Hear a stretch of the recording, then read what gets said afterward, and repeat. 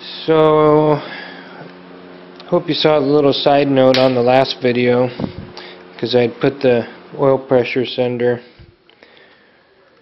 on the other side of the block in that little galley up there, but that's for water, and the guys on the forum pointed that out for me.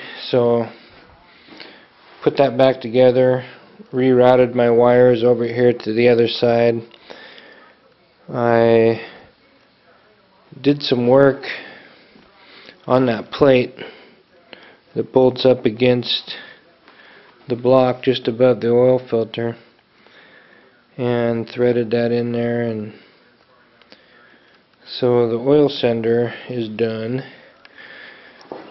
Got my coil packs mounted up there with the loom.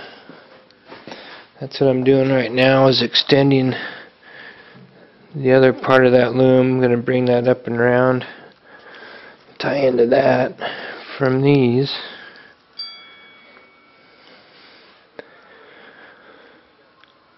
And do the other side, make sure everything's pretty much tightened up, looks like.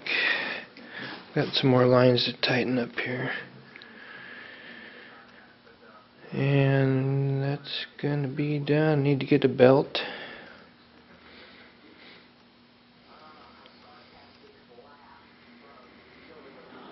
And I think we're gonna be moving on to something else finally, which is going to be the other end of this harness up over here.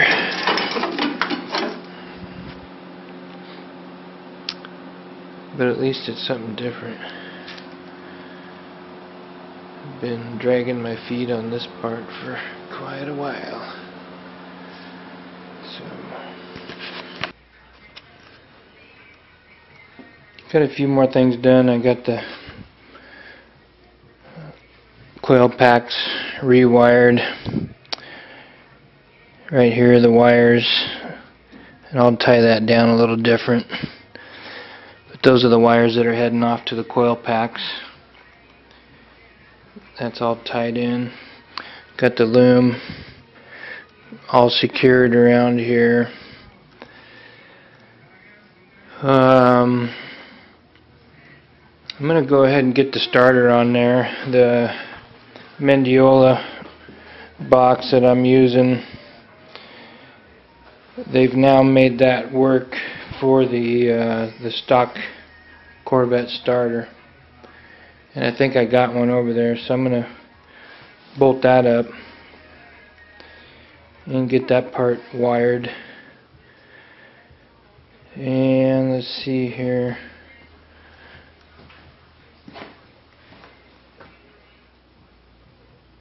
Really getting to the point where I think that stuff is done. I got some grounds hooked up. Went ahead and did both sides of the block. And let's see here. So I'm pretty much down to this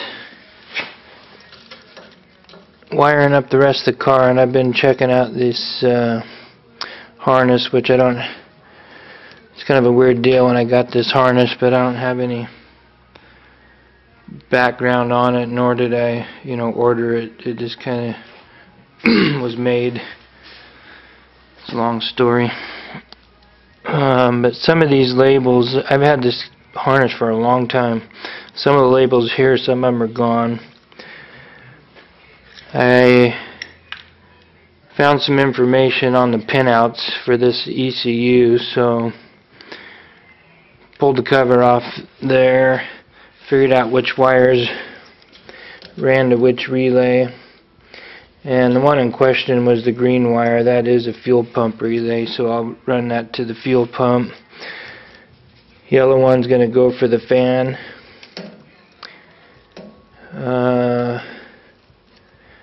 This pink one here is going to be, the ignition starter.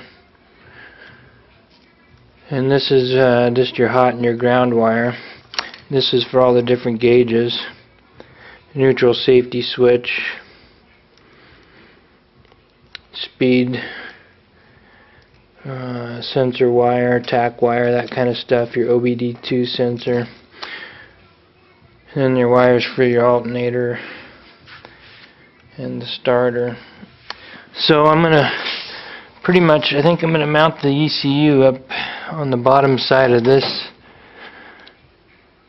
stereo blockout piece, and I'm gonna make this section of the tunnel removable, so I'll be able to get in there and access that computer. And then as far as this fuse block here,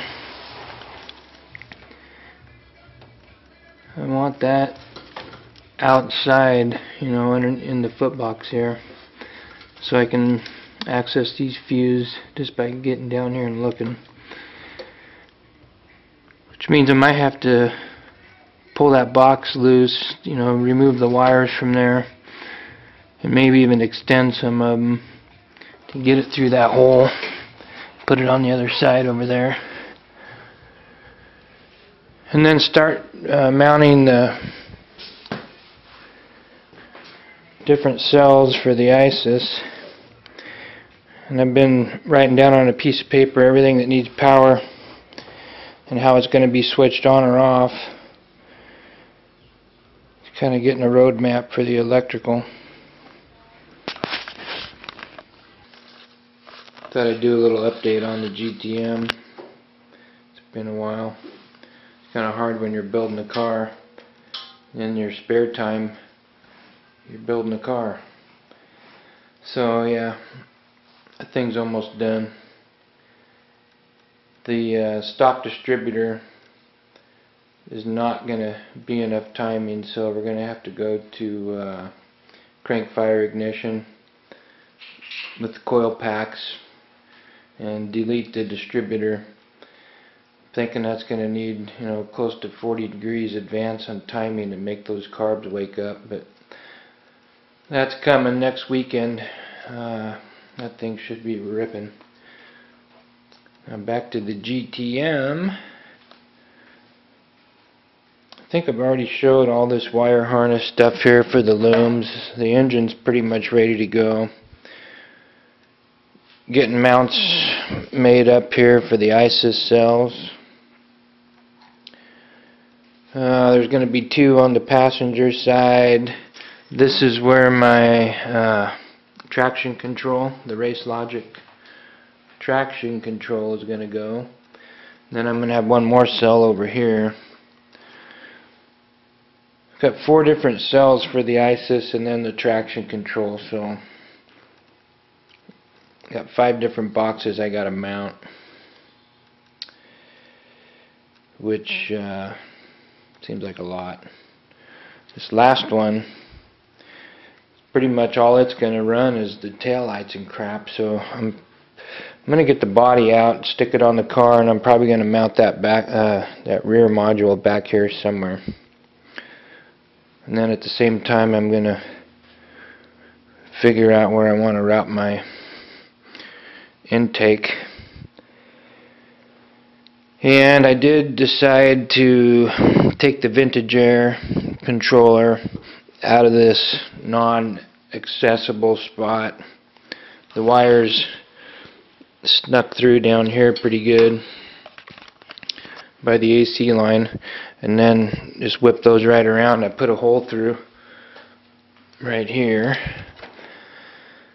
and I mounted the Vintage Air controller and then the ISIS controller that'll go with that, and I'll tidy that up a bit more as far as the wires, but that's kind of where that sits for now.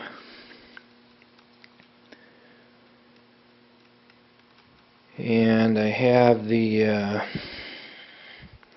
started putting some of the Vintage Air loom in here, and I put a couple of those relays right here in this spot.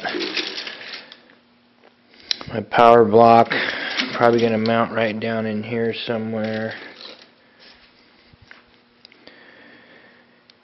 And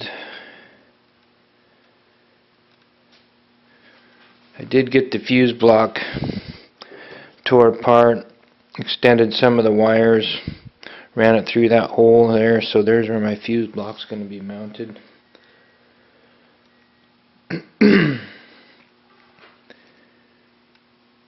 And let's see, what else do I got going here? Got me a tube for my crossover. The tanks are not installed yet, but I think everything's done on that side of the fence, so if I wanted to I could get those installed permanently. And yeah, it's getting close. Just about ready to start plugging stuff in for the wiring.